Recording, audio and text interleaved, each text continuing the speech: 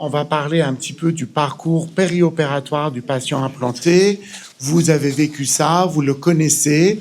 Je voudrais vous en parler parce qu'il y a quand même du nouveau. On essaye d'avancer dans ce domaine, d'alléger le côté traumatique de la chirurgie. Ceux qui ont été implantés il y a une vingtaine d'années, ils ont vécu une hospitalisation longue, des rasages de tête, des choses qui étaient plutôt traumatisantes. Et aujourd'hui, avec la notion de mini-invasif, qu'on lie souvent à la technologie, le robot, etc., la notion de mini-invasif, pour moi, ça commence même avant la chirurgie, et puis après la chirurgie et tout le reste. Et donc, souvent dans le discours, je dis aux patients, la chirurgie ne devrait, si on fait notre boulot, ne devrait représenter que 5% de l'affaire pour vous. 95%, après, c'est l'orthophonie, c'est le travail, les réglages, etc. Donc, c'est là-dessus qu'on travaille. Alors, bien entendu, la lourdeur de cette chirurgie n'est pas pareil pour tout le monde, bien entendu, en fonction de nos terrains, de notre passé, mais on essaie quand même de minimiser. Donc, moi, quand je vois pour la première fois un patient, je leur explique que de toute façon, tout ce que je vais raconter, tout ce que je vais dire va être répété par la suite, parce qu'il est très important qu'on répète les choses avec des mots différents pour bien ancrer, si vous voulez, certaines notions avant d'aller vers la décision. Donc, premier contact, c'est la présentation de l'implant, le pourquoi un implant, et ensuite, qu'est-ce que ça implique globalement, la chirurgie, les réglages, etc. Et en fonction de la motivation, soit les patients continuent le parcours, soit ils disent, bon, à ce stade-là, je voudrais m'arrêter, je vais réfléchir, je vous recontacterai, et ça peut se terminer parfois comme ça. On programme l'imagerie, les tests fonctionnels et les rencontres, et on avance, et une fois qu'on a fini ce bilan-là, on va vers la synthèse lors d'une réunion pluridisciplinaire, et une fois que la décision est prise, je revois les patients pour des explications sur la chirurgie, la période post-opératoire et les aspects pratiques, et on définit le calendrier. Donc, aujourd'hui, dans la majorité des cas, vaste majorité des cas, l'implantation cochléaire se passe en hôpital de jour. Les gens viennent le matin, partent l'après-midi.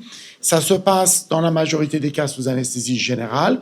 On peut également proposer des implants cochléaires maintenant sous anesthésie locale. Ça se passe très bien dans les cas où l'anesthésie générale est contre-indiquée chez les patients fragiles. Une durée d'environ 50 minutes.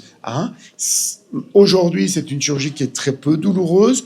Il y a une cicatrice qui est très discrète. On l'explique parce que cette agression du corps passe également par les stigmates comme la cicatrice, l'aspect de l'extérieur, même quand l'implant est enlevé, etc. Donc, on leur parle effectivement des possibilités de vertige et de troubles de goût, mais ça, c'est plutôt rare et transitoire. Et effectivement, on essaye on est bien tenu de parler des risques, mais ce sont des risques tout à fait maîtrisés et limités. Donc, on opère ces patients sous anesthésie générale, comme je vous l'ai dit, et en position allongée. C'est une chirurgie qui se passe sous microscope. Les patients sont allongés. On surveille systématiquement le nerf facial avec une machine qui permet de nous donner l'alerte. Si on se rapproche, on le voit, ce nerf. Le risque pour ce nerf facial est absolument minime, bien entendu. Il faut que ce soit minime. Donc, on va passer derrière l'oreille, on va décoller sous la peau et on va poser l'implant ici sous forme de ce rond bleu qui est un peu éloigné pour qu'on puisse poser le processeur derrière l'oreille. Donc, les différentes étapes de la chirurgie, on fait une petite fenêtre osseuse dans l'os qui est derrière l'oreille, on passe dans une petite orifice à peu près de 3 mm qui nous donne accès à la caisse du tympan. On ouvre la cochlée, on pose l'électrode à l'intérieur de la cochlée, on enroule le fil dans la cavité qui est derrière l'oreille et ferme l'oreille. Voilà. Et après, sur la peau, il y a de la colle. Cette colle est étanche. Ça permet aux patients d'enlever leur pansement le lendemain de la chirurgie, de prendre leur douche, d'utiliser leur shampoing. Il n'y a pas de ce côté-là, pas de contrainte. Et il n'y a plus de soins post-opératoires infirmières, sauf dans des cas très spécifiques. Mais en général, il n'y a pas de soins. Et donc, les patients repartent à la maison le jour même. D'accord ? Donc, il n'y a pas tellement maintenant d'antalgiques morphiniques, on donne juste du paracétamol, du Doliprane, 48 heures de repos maximum, et de ce côté-là, on simplifie les suites pour les patients. Et l'activation de l'implant, maintenant, peut se faire très précocement. On peut le faire le jour même, dans les implantations bilatérales, dans les situations où l'attente de l'activation peut être un peu pénible, on peut l'organiser. On n'arrive pas toujours à cause des problèmes de rendez-vous et des problèmes, on va dire, purement logistiques, mais ceci est devenu tout à fait une pratique validée et ça peut se faire. D'accord ? Donc, on vérifie bien sûr toujours a posteriori avec le scanner que l'implant soit bien placé et donc au moment de l'activation, donc le processeur externe est posé, nos régleurs évaluent le niveau sonore perçu pour chaque électrode et règlent ce niveau-là.